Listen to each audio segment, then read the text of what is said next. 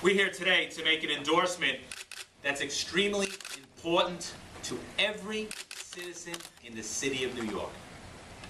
We're endorsing Cathy Guerriero because she has the passion to believe in the city, to believe in the future, and understand that this city always needs a check and a balance. And that's what the public advocate does, to make sure everyone in government is doing what they should, and those outside government are not taking advantage of the people that we serve as New York City police officers. I've been doing this for 14 years now, and our COPE committee works diligently to bring the candidates in, ask them those questions, see what they believe in, and take the candidate as a whole. This time was the first time that I know of that a candidate came in, presented their positions, answered the questions, and got a standing ovation by those committee members. Now, the committee members are executive board members of the New York City PBA, police officers who are delegates out in every command in every borough in this city. Tough men and women that do a difficult job rose to their feet and said, we believe that much in this candidate. So we will put everything in our power behind this candidacy into this election to make sure we have someone in the public advocate's office that believes in New York City police officers, New York City police officers, believes in this city, and is willing to stand up and say the truth. Willing to say, my position is this on these issues, even though it may not always be popular in every household. But what we find is when you stand up for what you believe, even though someone may agree with you and another person may disagree with you, they respect the fact that you stand up and say it, and they vote for you because you're an advocate for the people. Cathy Guerriero is that person. I'm proud to say that we're not here giving this endorsement. This endorsement has been earned, and I know when she's sworn in as public advocate, she'll make every one of these police officers that stand behind me proud that we were part of it. But more importantly, the people in the neighborhoods around this city will be proud that they cast a ballot for the person that's right for the job, that's strong enough for the job, has the morals, the judgment, and the ideas that'll work for this city. Enough from me. Now for our candidate and future public advocate, Cathy Guerriero.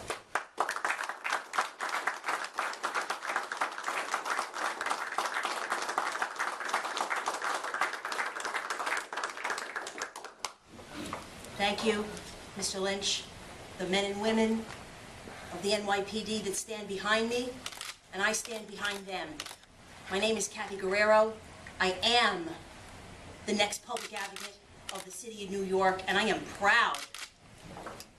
I am proud to stand with the men and women who stand in the gap.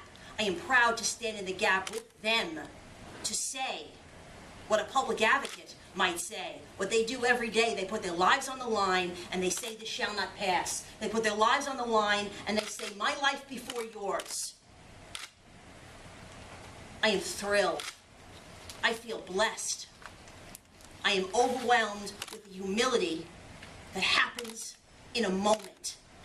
The moment when somebody, like a clarion call, the NYPD today has said, Cathy, this is happening. And I am privileged to be with them, to start a conversation that they have begun long ago with a city that must understand and acknowledge what they do every day for us. As a mother, I know what it's like to leave your child and then to leave your family and take care of others. This is what they do every day. I am thrilled. This is a game changer. This is how this happens, ladies and gentlemen. And as the unequivocal union candidate with 40, soon to be 50, and no end in sight, unions that have wrapped their minds and hearts around my candidacy, I also tell you this as the next public advocate, I will stand in the gap for them and their pensions and their contracts that are held harmless. They must be paid what they are worth. This will not be death by 1,000 cuts. Their health care will be held harmless. I come from a working class family, 3 generations of union workers, longshoremen and teachers and firemen and cops, and I stand on the shoulders of giants. And today, I stand in front of the men and women whom I stand behind, and I stand on their shoulders, and I say thank you.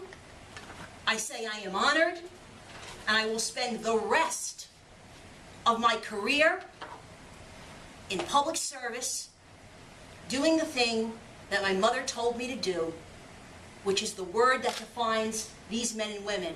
I shall serve.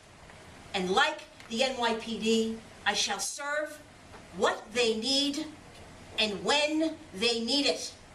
Like my mother would say, not what you think they need and not when you're ready to give it. And the NYPD every day gives the citizens of New York City what they need and when they need it, often at disregard for even their own well-being. And I thank them for what they do every day. I thank them for this honor, and I absolutely will live up to the privilege that has been given to me here today. Thank you.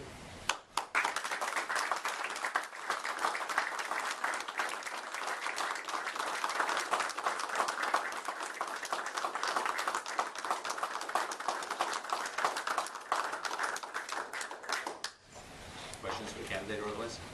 Tina Moore from the Daily News. Was there any one question, Pat, that led to the standing ovation? Was there? No, not at all. It was the passion that you just witnessed here yourselves. It's not being afraid to say what she believes and where she'll stand on the issues. It was the old look. We take every candidate and we look at them as a whole, not just things that are done during a campaign, things that are done throughout their life, throughout their careers, what they believe in and stand up for. So it's a whole. We don't take it from one meeting. We research ahead of time, we formulate the questions, we see what passion they have as a candidate, and then we make our decision. It just happened that she was right on the mark with each one of these, and the decision, quite frankly, was easy. She called herself a union candidate. How much does the public advocate have to do with union contracts and negotiations? Well, it has to, first of all, it's a bully pulpit, so you give an opinion out there and steer the opinion of the public.